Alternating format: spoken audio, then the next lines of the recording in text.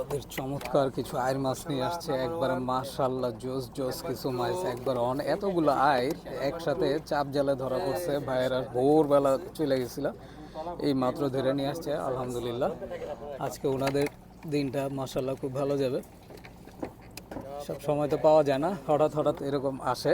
চমৎকার এবং সুন্দর একবারে জোস কিছু আয়ের মাছ পদ্মা নদী, একবারে তাজা, সবগুলোই কিন্তু জীবিত, একটাও মরা মাছ নাই।